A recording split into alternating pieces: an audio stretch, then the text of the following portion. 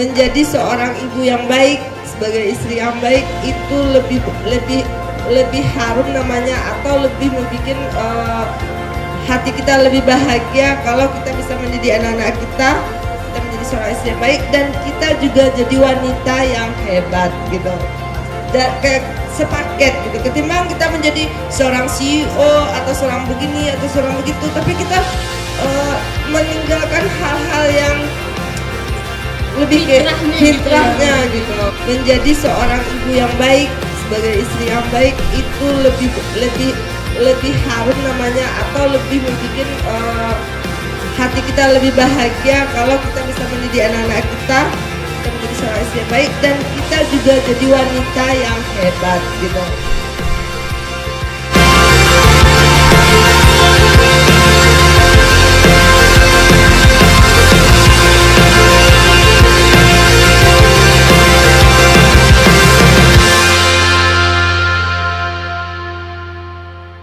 Festival Kesehatan Mental Kota Padang dengan tajuk Panggung Perempuan Asa untuk Bertumbuh. Nah, hari ini nih kita akan ngobrol-ngobrol banyak bareng dua perempuan luar biasa di sebelah kanan aku yang membangun dari keresahan dan bertumbuh dari keberanian.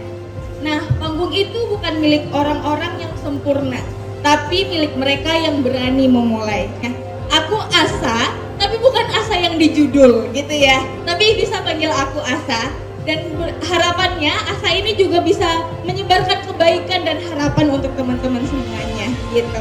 Langsung aja nih, juga ada di sebelah kanan aku, yang paling kanan itu ada Kak Wahada Nadia Espesi, merupakan founder dari Padang Sehat. Padang Sehat merupakan biro psikologi nih yang membangun ruang aman untuk kita semua agar bisa berproses dan bertumbuh. Lalu yang di samping kanan aku banget itu ada Uni Ria Angelina, merupakan founder dari Akilah by Ria.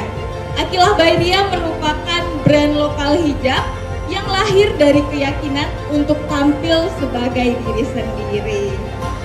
Uni sama kakak, gimana kabarnya nih hari ini? Alhamdulillah baik ya. Aduh, maaf aku telat. Gak apa-apa Uni, yang penting kita bisa duduk bareng di sini. Iya, bareng bercerita ya. Iya, kita sharing-sharing cerita aja. Nah, mungkin kita langsung aja nih teman-teman. Mungkin teman-teman udah penasaran juga gimana sih sebenarnya cerita dari dua orang ini, dua orang keren ini nih teman-teman semuanya. Jadi mungkin Asa izin juga nih Uni dan kakak. Asa sempet denger-denger sedikit nih kalau misalnya Kak Nat itu mulai Padang Sehat dari keresahan sebagai mahasiswa. Dan Uni juga mulai Akilah by Ria itu udah jatuh bangun berkali-kali, udah banyak gagalnya juga gitu ya Uni. Mungkin aku minta cerita sedikit gitu ya kakak dan Uni, gimana sih sebenarnya jatuh bangunnya, terus bagaimana sih keresahannya sampai bisa mulai brandnya ini sendiri. Mungkin boleh dari Kana dulu, Kana. Ya, terima kasih ya Asa ya. Betul ya, tadi pun ketika bercerita pas pembukaan agak terharu sedikit karena ya benar, mulai awalnya Padang Sehat itu memang dari keresahan nih.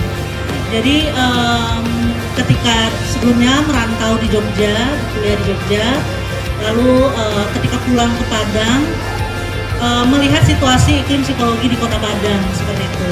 Kemana ya aku bisa akses kalau butuh layanan psikologi di Kota Padang seperti itu. Nah, sempat ada kebingungan di situ. Kok kayaknya aku nggak bisa dapetin informasi seputar ini ya di kotaku sendiri, kayak gitu. Nah, sampai di sana juga timbul pertanyaan sebagai lulusan psikologi gitu ya, apa sih yang bisa aku lakukan gitu untuk masyarakat gitu. Karena udah jauh merantau nih, terus pulang dan apa nih selanjutnya kayak gitu. Di posisi waktu itu kebetulan bekerja sebagai bidang rekrutmen di salah satu perusahaan. Nah, disitulah yang awal mulanya menggelitik gitu Asa. Akhirnya kayak coba deh aku sharing aja informasi yang barangkali aku tahu dan barangkali juga itu bermanfaat nih buat orang lain. Jadi awalnya memang kayak ya udah aku cuman mau bagi informasi yang aku tahu, kali aja ada yang butuh atau bermanfaat. Itu sih mungkin yang awal cerita dari Padang Sehat. Oke. Nah, kalau dari Uni sendiri nih Uni, gimana sih Uni cerita panjangnya, cerita hidupnya gitu sampai saat sekarang? Oke, Jadi cerita panjangnya sampai kita masih jatuh bangun ya untuk bikin satu brand ini, memang perjalanannya penuh dengan kekuatan mental juga nih. Karena kalau tanpa mental yang kuat, mungkin di titik ini kita nggak sampai gitu. Jadi saya seorang wanita yang cuma tamat SMA, yang mempunyai cita-cita tinggi. Iya, cita-citanya cuma satu, jadi orang kaya aja ya. Siapa sih yang nggak mau kaya? Iya, karena kalau cita-cita yang lain mungkin nggak masuk kategori. Maunya jadi orang kaya aja, mau apa aja tetap jadi orang kaya gitu. Yang penting kaya gitu. Tapi karena kenyataannya ya, kita lihat diri kita, nilai diri itu cuma 6 ke bawah ya. Jadi kita nggak bisa cari suami kaya ya. Kita nggak bisa cari suami kaya, kita harus kayaknya kita memang harus kita yang punya potensi gitu. Kita yang harus mengupgrade diri kita. Kita nggak bisa berharap dari orang lain gitu. Jadi apapun yang bisa menjadikan kita kaya dengan cara halal akan aku kerjakan seperti itu. Jadi dengan aku berusaha dari menjadi karyawan orang, enggak, dari menjahit dulu, jadi karyawan orang, jualan di emperan, terus punya toko satu, dan sampai aku mempunyai pusat grosir yang hijab terbesar di Bukit Tinggi. Terus berproses, alhamdulillah Allah kasih mimpi yang kita minta sama Allah dengan keyakinan penuh dan semangat penuh, dengan penuh rintangan. Tapi memang mengorbankan sesuatu, mungkin karena kita perempuan, kita mengorbankan sisi dari keluarga gitu, karena waktu untuk anak dan keluarga berkurang. Jadi nggak bisa balance juga ya? Nggak bisa balance. Akhirnya di COVID tadi Nadia, aku berpikir kenapa ya orang jualan di online tuh oke gitu, orang banyak belanja di online, orang banyak belanja di online. Makanya aku mau bikin satu brand gimana aku juga bisa loh seperti itu. Jadi aku nggak mau apapun mimpi yang akan kita ucapkan, aku yakin akan tercapai kalau memang dari hati kita dan dari keinginan penuh kita ingin mencapainya. Harus bertekad kuat. Karena waktu apa yang kita ucapkan tuh waktu itu gini, aku mau ke Amerika nih, ikut fashion show, ngomong itu terus, tapi nggak tahu nih, link juga nggak ada, kita nggak apa-apa kan. Tapi tiba-tiba terwujud dengan cara kita memang fokus gimana cara kita bisa seperti mereka, tapi tidak harus memposisikan diri kita seperti mereka gitu. Cara berjuangnya berbeda-beda. Titik awal ini berbeda-beda seperti itu. Karena tadi aku juga sempat Uni, kan dari Kanat sendiri, terus juga Uni sebenarnya nggak dari latar belakang yang kalau orang bilang sekarang tuh kita sama-sama perintis bukan pewaris gitu ya Uni ya. Jadi benar-benar merintis dari bawah juga gitu ya Uni ya. Nah, aku juga penasaran nih Uni dan Kakak. Tadi aku sempat sampok kalau misalnya Uni udah banyak juga ya pengalamannya Uni dari jualan di emperan, terus karyawan, terus karena juga tadi dari karyawan rekrutmen dan segala macamnya. Mungkin aku boleh tahu gimana sih sebenarnya tantangan terbesar itu, karena kan tadi juga ada bagi-bagi tugas ya, bagi-bagi peran sebagai perempuan gitu ya Uni dan Kakak. Itu pasti akan berat sekali. Nah, kalau dari Kakak dan Uni itu pendapatnya gimana? Kalau boleh tahu. Uni dulu. Gitu. Oke. Dengan umur saya yang 42 tahun nih sekarang ini, saya baru bisa memberi pengalaman, memberi apa yang saya rasakan. Karena apa yang saya rasakan itu mungkin itu nggak semua orang akan merasakan. Tapi sebagai perempuan kita memang harus wajib mandiri, wajib punya skill. Tapi jangan pernah kita menjadi seorang yang melampaui batas sebagai perempuan.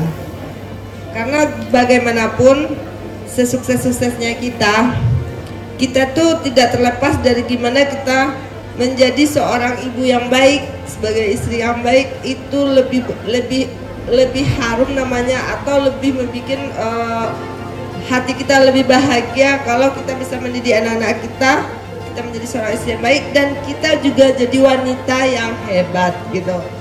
Dan kayak sepaket gitu, ketimbang kita menjadi seorang CEO atau seorang begini atau seorang begitu, tapi kita meninggalkan hal-hal yang lebih fitrahnya gitu. Karena aku udah pernah di titik itu, dengan aku mendapatkan sesuatu, aku mengorbankan sesuatu, keluargaku hancur, anak-anakku terlantar seperti itu, tapi aku punya banyak duit. Iya. Lagi-lagi yang kaya terwujud ya Uni ya. Iya, yang kaya tadi terwujud. Karena apa yang aku mau, aku akan gapai. Kenapa aku nggak bisa? Orang bisa bikin pesawat, aku masa kayak gitu aja nggak bisa. Jadi aku tuh nggak berpikir di waktu muda itu, aku nggak berpikir aku tuh harus seimbang. Aku yang penting aku kaya, aku hebat, aku fokus ke goalnya aja. Jadi akhirnya di pertengahan jalan baru kita sadar kalau kita tuh memang harus semuanya itu seimbang.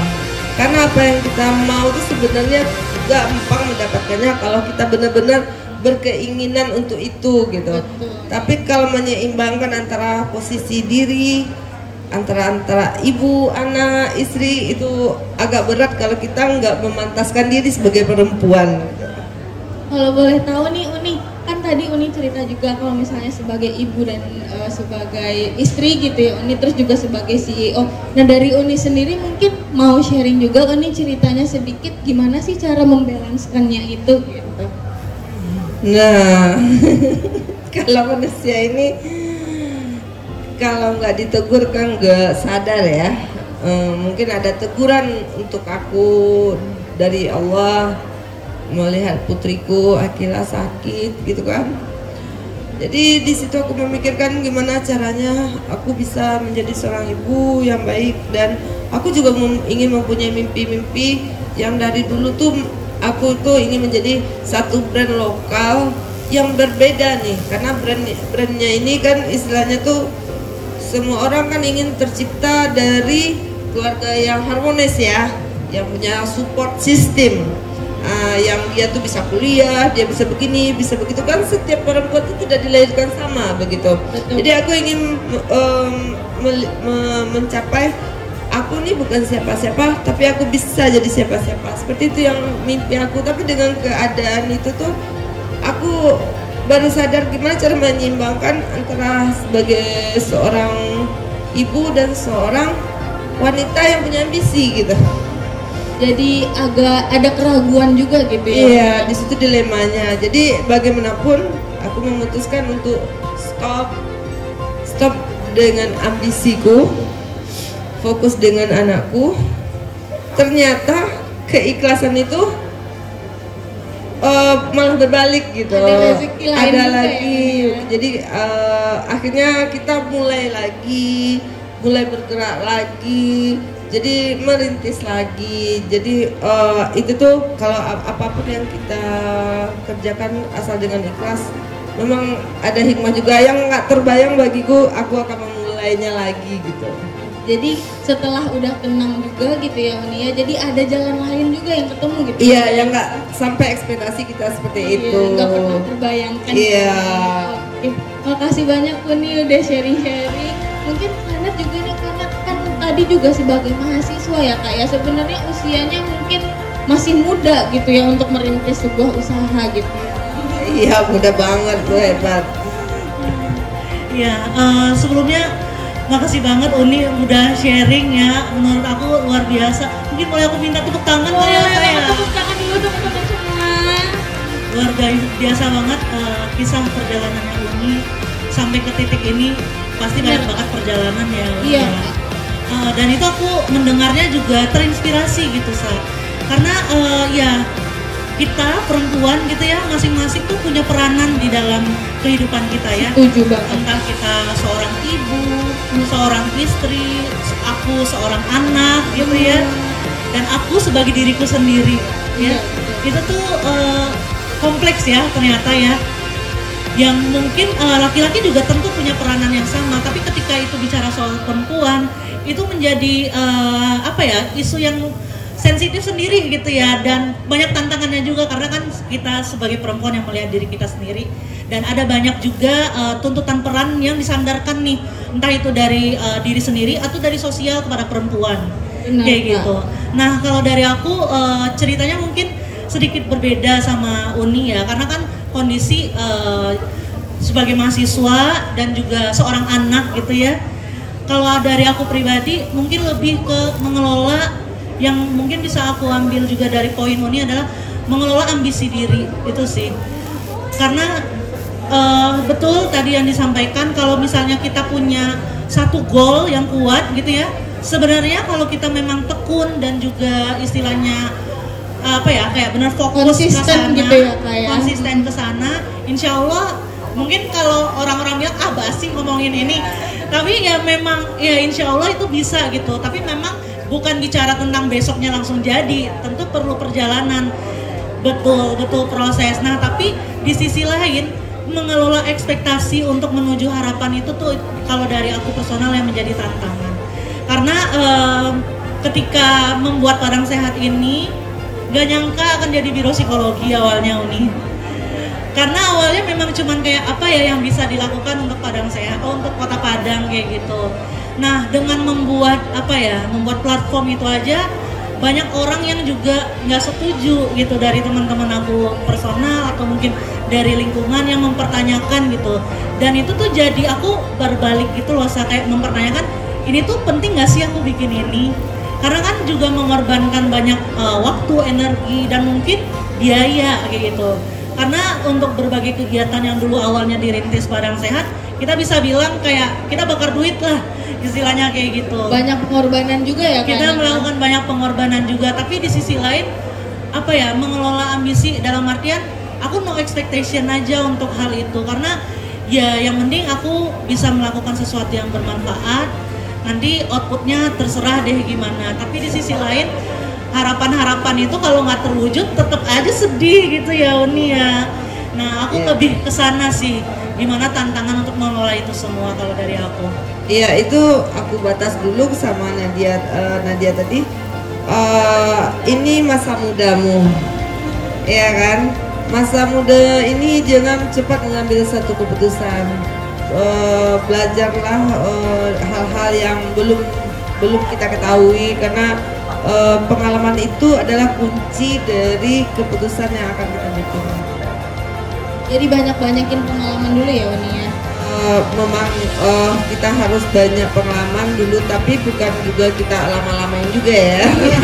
Kalau lama-lamain nanti kesempatan yang hilang ya Uni ya. Karena kalau aku di posisi sekarang, aku mau muda lagi. Biar banyak coba lagi. Iya. Karena aku merasa kan kita udah di titik ini nih. Kalau aku di zaman anak kuliah nih, aku akan begitu ya, bukan begitu ya, bukan begitu ya, bukan begitu. Tapi aku stabil kan di kondisinya, enggak langsung dadar gitu ya. Iya, begitu. Karena kalau di masa-masa anak sekarang nih, aku melihat kan di sini, aku merasa masa depan tuh cerah banget gitu. Asal jangan salah memilih gitu. Emang ditimbang-timbang dulu ya. Benar. Jadi tadi juga mungkin kalau misalnya Asa simpulkan gitu ya Uni, walaupun ceritanya agak berbeda dari Kak Nat yang benar-benar merintis di usia muda, terus Uni yang dengan banyak perannya, sebenarnya kita sama-sama sebagai perempuan itu ada perannya masing-masing. Gak cuman sebagai diri sendiri, tapi juga ada peran-peran sosial nih teman-teman yang akan kita hadapi nih ke depannya. Nah dari aku sendiri nih Uni, kan ketika kita ngerasa terpuruk tadi Uni ya, ngerasa gak balance gitu ya, pasti ada nggak sih rasa-rasa kayak, kayaknya ini bukan buat gua deh, ini kayaknya bukan buat aku deh, panggung ini kayaknya nggak untuk aku nggak bisa di sini. Nah dari Uni dan kakak sendiri tuh gimana sih ngehadapin hal-hal yang kayak gitu? Wow. Kadip dikit ya Uni ya. Ini bukan milik gue ya, ini bukan panggung gue, tapi memang downnya dia. Kenapa kita tidak seperti mereka ya? Jadi membandingkan diri kita kan. Tapi balik lagi, orang yang membutuhkan aku banyak, orang yang bergantung sama aku banyak. Terus imun tuh balik lagi, imun tuh kayak itu menimbulkan imun, balik lagi gitu. Jadi kita lihat orang di sekitar kita yang mencintai kita, yang butuh kita akan bangkit lagi gitu. Perhatiin orang sekitar ya. Iya benar-benar, karena tanpa orang yang mencintai kita mungkin ya ini lebih ke psikolognya. Aku ada juga yang mau ditanya nih. Boleh banget kita bicarain itu ya. Iya, karena gimana pun perempuan ini banyak memperlihatkan cuma gimmicknya saja. Apa yang di dalam dirinya tuh berbeda dengan apa yang dikeluarkannya. Karena kalau kita udah cantik, menurut kita ya, kita udah rapi dan pakai apa yang kita pakai itu keren, penyakit mentalnya hilang. Bener nggak sih? Jadi ngerasa pede gitu. Coba deh shopping. Apapun yang mau kita beli, kita makan, penyakit mental hilang. Lupa, ya kan? Jadi mungkin itu dari akunya. Gimana dari psikolog? Aku lagi jadi moderator. Itu diskusi ya ini ya. Tapi mau masuk mungkin mau ini mungkin aku nggak tahu ini karena belum psikolog nih. Iya aja gitu ya. Iya, tapi memang ada teman-teman juga ya, dalam psikologi itu namanya lipstick effect katanya gitu. Nah, jadi kalau misalnya teman-teman lagi ngerasa down gitu ya Uni ya, lagi sedih gitu ya, ketika kita mencoba untuk istilahnya memperhatikan diri kita mungkin dress well, kita coba make up gitu ya terutama, itu bisa jadi imun booster kalau kata Uni tadi ya. Kita langsung kayak Uni bangkit. Kalau kamu gimana? Nah, jujur aja. Aku juga tadi naik kesini aku make upan dulu nih. Semangat gitu ya Uni. Iya sama sih. Jadi kayak jadi lebih apa ya? Oh ya aku udah rapi, udah cantik, nggak boleh sedih lagi. Karena beban kita sebagai perempuan tuh kan ambisi kita besar ya. Kita nggak bisa melihat pencapaian orang itu istilahnya tuh kenapa kita nggak bisa? Bukan iri ya. Kita lebih ingin mengupgrade diri, padahal kita juga harus mempantaskan diri kita juga kan, nggak harus mencapai seperti ekspektasi orang. Tapi kalau udah kita mentok, kita udah down dengan mental health yang zaman anak sekarang lah ya namanya, belum lagi urusan pribadi, pekerjaan, karyawan yang benar-benar bikin kepala pecah. Kalau dibawa makan, beli barang, beli baju, sembuh lagi, sehat lagi. Memang perempuan ini duit aja ya.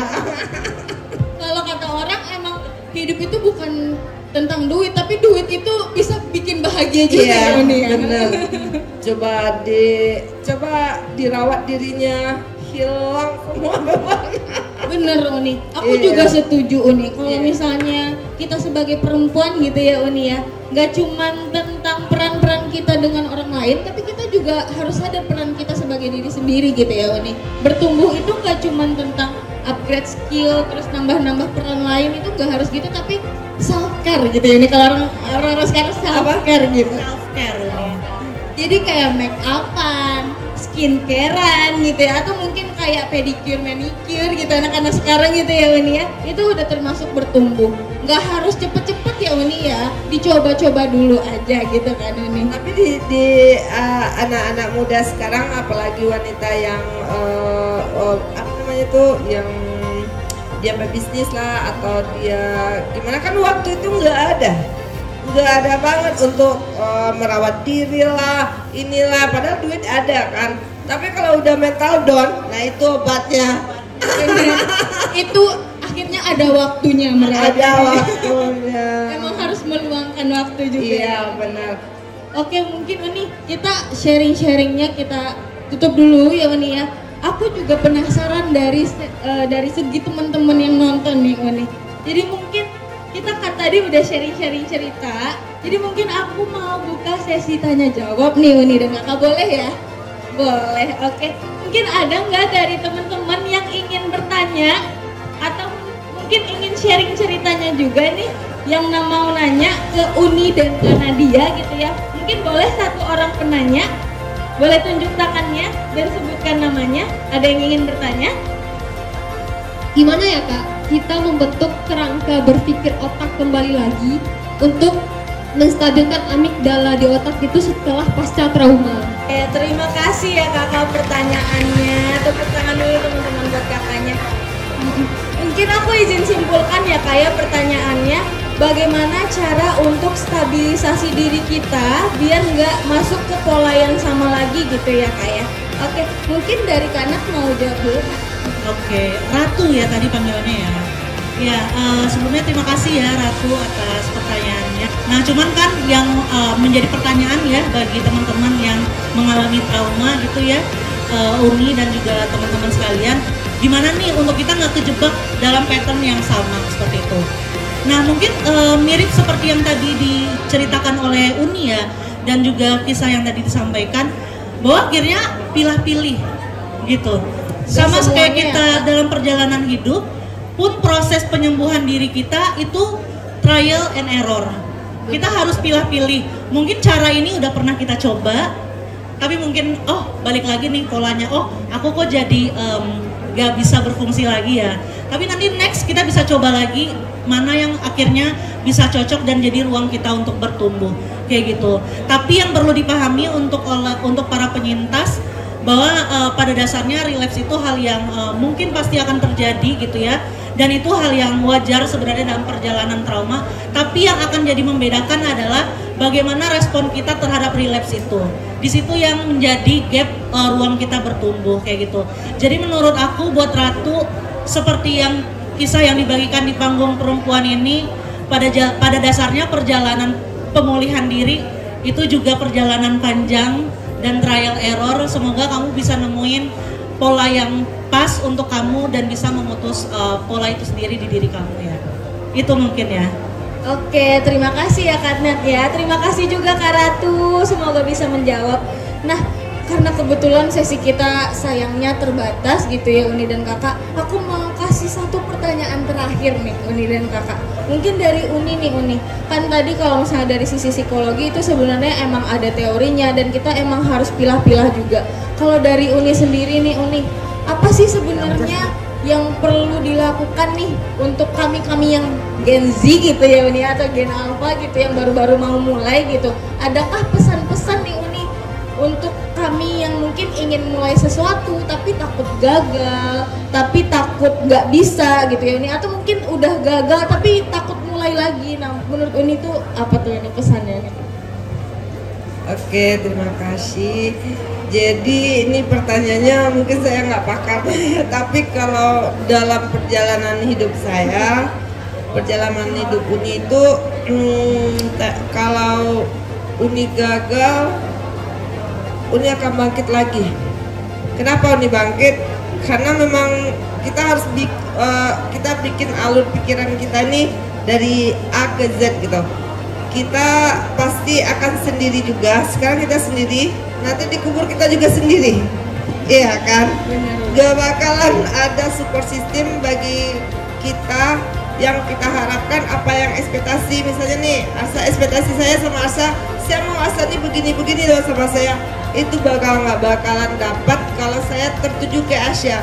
Jadi saya lebih tertuju, saya benang lurusnya tuh ke atas. Ke atas, saya dekati yang di atas. Maksudnya spiritual kita, gimana cara kita bicara sama yang di atas gitu. Jadi kalau kita ada spiritualnya seperti itu, kekuatan kita tuh ada seperti itu Asia. Jadi kalau pengalaman aku lebih berat sebenarnya, mungkin aku nggak bisa skill secara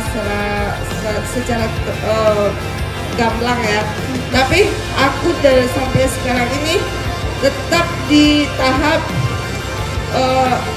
berulang-ulang tuh kesalahan atau istilahnya tuh kegagalan tuh berulang-ulang.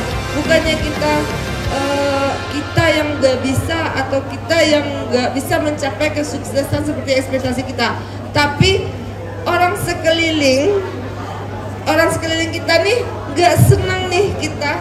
Kadang-kadang kita nggak senang, jadi kita menganggap teman itu baik atau lawan itu baik. Kita nggak bisa mempertimbangkan kita nggak bisa memilih-milih atau gimana kalau kita nggak, tadi kan milih-milih kata kamu. Gimana cara memilih suatu masalah? Jangan terlalu gimana ya? Terlalu gampang mengambil satu keputusan yang aku bilang tadi itu, karena akan berulang-ulang, bukan dari diri sendiri, dari yang lain juga akan begitu, seperti itu. Ya, jadi polanya nggak cuma di dalam lingkungan kita, tapi yang di diri kita juga kita kontrol gitu ya. Benar. Jadi selain kita evaluasi nih sebenarnya ada apa sih, tapi kita juga perlu mengontrol respon kita gitu ya Uni ya. Ekspektasinya juga jangan bertumpu pada orang lain gitu ya Uni ya. Nah, untuk generasi Gen Z ini, mungkin bagi perempuan, aku kan juga punya anak perempuan. Mungkin kalian belum ada di tahap apa yang kalian gapai tuh, apa yang kalian inginkan tuh akan tercapai. Cobalah berhayal apa yang kalian gapai itu tercapai.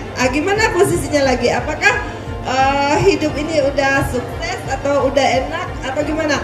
Karena kalau udah kita capai apa yang kita inginkan, itu biasa aja. Ngerti gak sih? Iya, benar. Itu biasa aja, nggak seperti sebelum kita mencapai. Seperti aku ingin punya begini, kecapai kan? Kamu mau punya mobil, kecapai. Udah punya mobil, biasa aja kan? Begitu. Jadi jangan anggap pencapaian yang akan kita capai itu adalah titik kebahagiaan. Benar Uni.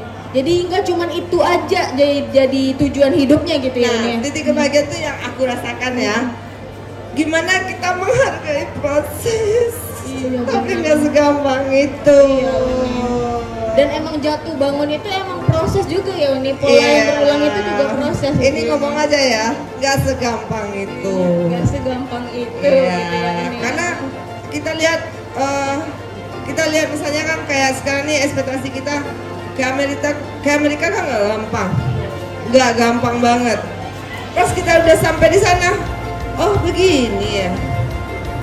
Jadi kayak Ya udah aja gitu. Iya, udah aja gitu. Nah, apalagi kita punya, misalnya kita punya keinginan, kita mau beli berlian, kita mau beli apa, kita dapat nih. Kayaknya hampa, gak bakalan seperti kita ingin menggapai terus. Jadi kalau kita menghargai proses, tapi gua belum bisa sampai ke titik itu. Tapi memang hidup tuh gimana cara mensyukuri apa yang ada. Kita harus belajar juga untuk memahami juga diri sendiri gitu. Nah ya, lebih menghargai diri, berilah diri. Terima kasih diri karena engkau masih bisa berdiri gitu ya. Bisa memahami, bisa masih berdiri sampai saat ini. Kayaknya pengalaman perempuan tuh dramatis banget ya. Aku kalau bisa, aku mau jadi laki-laki, aku cari duit aja gitu kan. Ada peran gender juga ya. Iya, nggak mau aku jadi perempuan karena kalau perempuan tuh multi talent, hamil iya, cari duit iya, melahirkan iya, semua iya, masa iya, semua iya. Semuanya iya. Karena kalau nggak iya, ada yang dikorbankan. Benar, jadi salah satu aja yang kepegang ya Uni. Iya Uni. Jadi mungkin kalau misalnya kita ceritain secara lebih lanjut itu jadinya kita ngobrolnya nggak berhenti-henti gitu ya Uni ya. Terlalu panjang cerita hidup ya Uni ya. Jadi mungkin terima kasih nih Uni, aku ucapkan kepada Uni dan juga Kak Nadia yang udah sharing-sharing, dan terima kasih juga untuk teman-teman yang udah mendengarkan. Nah, aku seperti Gen Z pada umumnya nih Uni dan Kakak udah nyiapin juga quotes gitu. Quotes ala Gen Z untuk nutup sesi kita pada siang hari ini. Jadi aku udah bikin nih teman-teman semuanya. Jadi dari kesimpulan cerita kita nih, kalau misalnya berjuang itu bukan berarti tanpa takut. Bener Kak dan Uni? Bener. Dan bukan juga berarti sempurna tanpa rasa kalut. Jadi bakalan terasa terus nih pola-pola mungkin gagalnya, stresnya, sedihnya. Tapi nggak apa-apa, karena berjuang itu berarti kita belajar dan mencoba. Tetap bangkit dan bertumbuh untuk bersama. Setuju nggak Uni dan Kakak? Setuju. Oke, setuju banget ya. Tepuk tangan dulu buat kita semua. Mungkin sekian dulu panggung perempuan asa untuk bertumbuh. aku harapannya semoga sesi ini bisa menjadi pengingat untuk kita semua bahwa perempuan itu berhak atas panggungnya sendiri. Nah, aku dan kakak dan Uni pamit undur diri. Assalamualaikum warahmatullahi